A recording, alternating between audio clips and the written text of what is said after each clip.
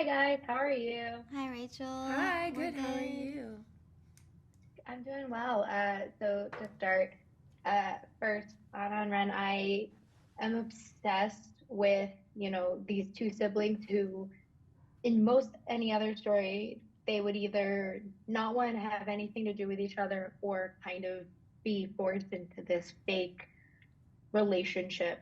And I love the journey that they get to go on where they do have that tension and they do have this kind of, we don't know each other and we don't really want to, but they are forced into being a brother and sister and figuring out what that is going on with their father.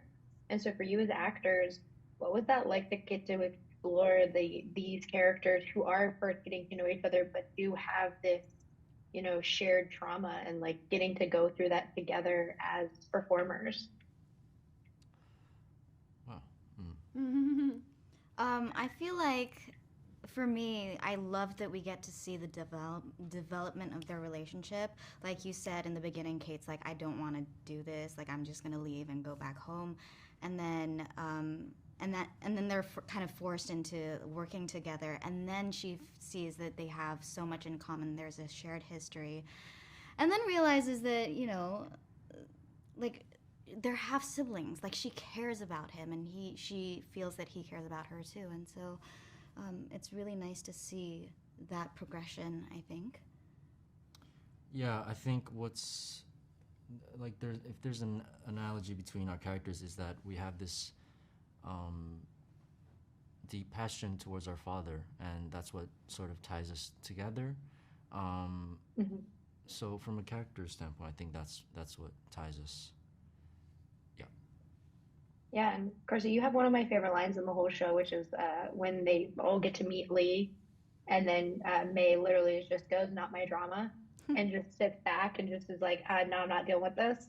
And it says a lot about her character, which I do love because she has a lot of layers to her, which we do get to see later. And I don't want to spoil anything, but I do kind of like, that with all the mysteries going on, that she gets to keep kind of her own mystery to herself. And for you as an actress, what is, the kind of exciting part of getting to dig into the meat of a character like that, where she is very upfront and fun, but she does keep a lot of her own cards to her chest. Yeah, I think that we see her personality before she went through this very traumatizing, I think, situation that she kind of brought upon herself. So there's also this layer of self-loathing, I think, um, and keeping her cards so close to her chest. But at the same time, there's feelings involved. I think that there's obviously a past with Kentaro, but I think there's a lot of love there as well. And when you go through a situation like this in a world, especially where there are monsters with other people, you're kind of in survival mode together. And so it was nice to be able to play with all of the different ways that she's hiding how much she loves people or cares about people. And then getting to eventually over time, we see, who she is and we give her a bit more grace. And it's well earned. Yeah, and my truly a beautiful through line of this show is, you know, uh, Kate's grandmother looking at Godzilla and kind of having this moment of like, no, I have to find a way to kind of save this Titan. And then Kate having that same moment when she sees Godzilla, who she did see ravage like San Francisco, but then have that same kind of moment of realization. And so for you as an actress, that's one of my favorite themes in Godzilla stories as a whole, when a human looks at Godzilla and is just, no, I must save this giant lizard. But for you as an actress, getting to be that person that sees, I call him my chunky boy because I love Godzilla and how big he is in the Did you say my monsterverse. chunky boy? Chonky Yeah. boy. My cat's name is Chonk. He's a chunky baby. That's my boy. Okay, I have my cat's very lean, so I wish I had a chunky boy. He's real That's lean. my chunky boy. I but love that.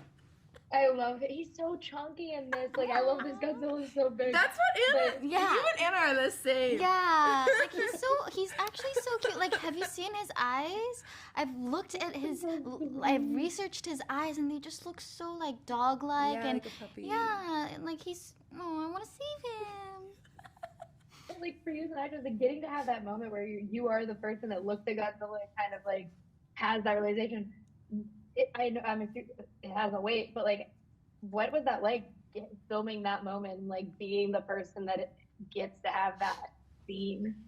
I mean, I feel like Kate doesn't really understand everything that's going on. She just it just happens in that moment. So I didn't really focus on this is why she feels that way. It's just she looks in his eyes and she feels something. It's just intuition. And so before doing that scene, like I just said, like I researched his eyes and just channeled that like, oh, he's actually the one that's kind of in pain because we're all doing stuff to him. So yeah, it just I don't know, like. Just focusing on that.